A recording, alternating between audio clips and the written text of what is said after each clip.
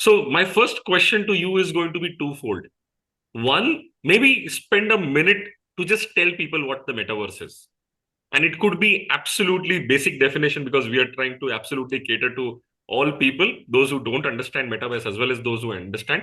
And I think once we've gone through that 1 minute of explaining what the metaverse is, then let's focus on what are the big changes that are happening with metaverse and its application to business, to people's lives, to industries.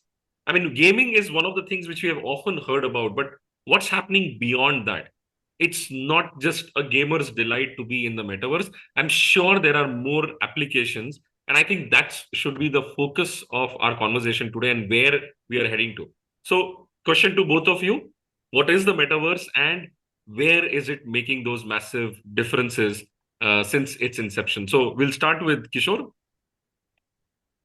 Yeah, sure. So one of the first computers which I worked on in the early 2000s just had text on it. And basically it was being used for typing the Macintosh Classic. And then you had computers which had images and video coming along. So you had the second wave. And then you have the third wave where people can immerse themselves in a 3D environment, which is what Second Life was all about. And incidentally, Second Life started off in 2001 and Facebook came into being in 2004. So, in a way, the metaverse predates social media, but it only became popular after Mark Zuckerberg made it mainstream by renaming Facebook as Meta. And now everyone is excited about the metaverse and having an immersive experience. Thank you. Great. So, I mean, the second part of the question is in terms of industries. I mean, the second life, yes, but how is the metaverse intersecting with industries of the real world? Something which would matter to people. Like if it's gaming, then okay, only the gamers would be interested. The rest of the crowd is like, okay, not for us. Where will it touch the common man, the Aam Janta? Yeah, there are two things that we need to be careful about. One is there is the metaverse, which is a classic metaverse of its own, which is a 3D environment where people can have an immersive experience. And there are also metaverses where you have NFTs and blockchain is involved. So this is where things take a turn, and people can actually go and purchase land. For example, in they can do that in decent land. They can do that in sand, for example, and in Roblox they can have their buildings built up. They can have their offices. So this is where the diversion happens of having a metaverse which is an immersive experience and a metaverse which is immersive at the same time. It has the element of blockchain connected with it. What kind of industries does it connect with? So initially, it was all about gaming. So you had Axie Infinity, you have Roblox, you have Fortnite, all gaming platforms. But you are also seeing the rise of an industrial metaverse, which is where the mega developments are happening, driven by both Google and Microsoft. And plus, you have business metaverses coming up, like Horizons Workrooms, for example, and you have Microsoft Mesh. So it's moving in different directions. And some of the industries which are taking advantage of this are primarily healthcare, which is what not many people think about when they think about the metaverse. They often think of the gaming environment, but healthcare is one industry which is taking rapid steps by utilizing the power of metaverse. So now you have meta doctors who are able to check the pulse and the vitals of digital twins and digital avatars. And that means things are becoming easier for people in remote areas. They can have the same high quality medical treatment that people in cities enjoy. So we are going through interesting developments. Wow, that was new. I mean, healthcare and metaverse. I think, I mean, personally, I would have matched them probably at the last priority. I wouldn't have even thought of both of them in the same breath. So that's a very interesting combination. And now that you talk about it and talk about remote diagnosis and checking the pulse and heart rate of a you said what, meta twin or a medical twin? That's a very, very interesting concept and just opens up an absolutely huge round of possibilities. And I mean, we get into the realm where, I mean, you're only limited by your imagination. So much can be done there. India being a very large country, there could be so many use cases, and similarly across the world. So thank you for that and very interesting thing. Munish, over to you now, and would love to know your perspective on this. Well, sure. I'll give you more of a technical point of view to this Sure. and, extend what Kishore mentioned.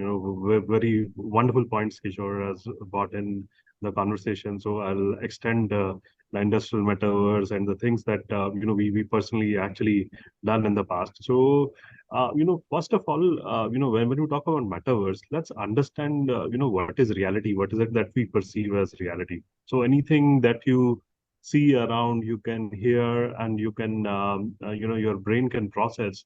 That's what is reality, right?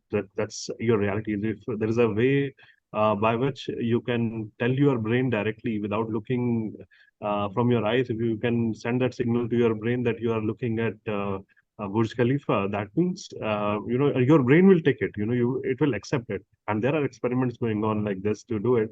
And there is a natural phenomena for experiencing metaverse that's called dreams. So the God has already made the metaverse for us in some way. So now, metaverse, from a technical standpoint, is we call it immersive reality or digital reality, is a way where we create something, we create a program or hardware which kind of connects to our body, to our senses especially, and give us a feeling that we are in a different world, which looks and feels like the real world. So that's one thing. And then we go beyond. So meta, as the word meta means beyond. So we are actually going beyond this universe. Maybe, we are going to places which doesn't exist in the real life. We are experiencing events which, nobody can experience in the real life. Maybe, you can jump from the sun and reach to the moon without having a rocket. So that kind of experience, though sound crazy, but within your imagination you can do it. And you got a very good point, that imagination. So we are actually realizing our imagination. Now this all sounds fancy and very high tech and future looking, but is there a use case? And that's what Kishore brought on table. Wonderfully, as he mentioned, for healthcare, there are ample number of use cases. We spoke about remote monitoring and remote patient diagnosis. We recently had a very good case study with the two hospitals, two very well-known hospitals in India. One is the Winston Cancer Hospital at CG Hospital in Bangalore, and then with BLK Max Hospital in New Delhi, wherein we did remote surgeries. The surgeon was, sitting in Bangalore, and doing the junior surgeon was actually operating in Mysore, and he was guiding him step by step. They were together with the power of collaboration in the metaverse. They were standing together, and there is a wonderful, so we're a partner with Microsoft. So it's a Microsoft published case study wherein, the two doctors are talking to each other and doing it in India. So that proves that the technology is there. It's not something which is in dreams, though I'm not claiming that it is 100% there. There are still a lot of evolution in terms of hardware, connectivity, the resolution of the things that we see, that still will evolve. And those kind of evolution, like if you look at our phones, they evolved with time. Like we have seen 15, 20 years. Now we have phones which can do 5G, do video streaming. And I again come from older days, Kishore mentioned, seeing Second Life in 2001, and doing our chat on ICQ, and seeing somebody's, our friend's face who is in US. Just seeing that one frame gave us pleasure. So in the same way, metaverse will also evolve with time. Though people got impatient by hearing Mark Zuckerberg last year, and they were thinking that the metaverse is there, and though he clearly said it will take 10 years to bring it to life.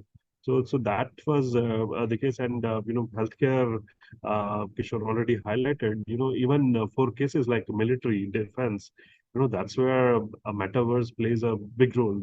Immersive reality can be pivotal for trainings and combat practices, acclimatization, and then doing planning. You can build command and control centers, which are very important for people. Recently we had a first-hand experience of creating a virtual command and control center. So imagine, normally a command and control center is a place where you have like so many screens.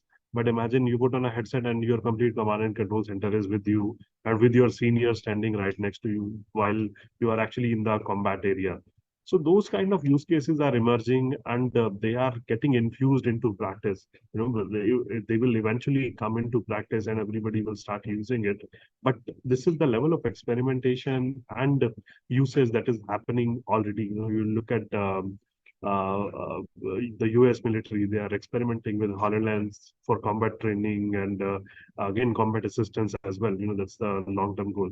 So, as you rightly said, the imagination is the only thing that we are bounded with. If you can imagine, if you can think of something, now is the time when technology like metaverse and AI can make those things happen. So, yeah, so that's my point of view on this.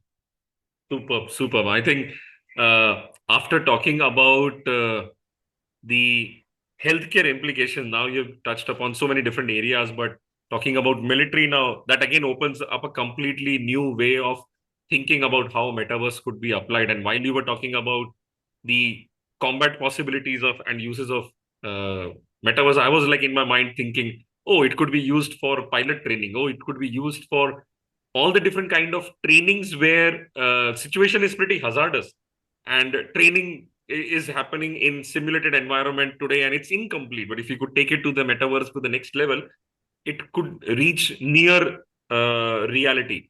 And you keep extending this idea, and then you could find so many avenues where not just training, but even execution would not require all the experts to be present in the same place. Only one person who is actually doing is going there while all the experts are joining in the metaverse remotely and so on. Quite a lot of possibilities open up. So lovely.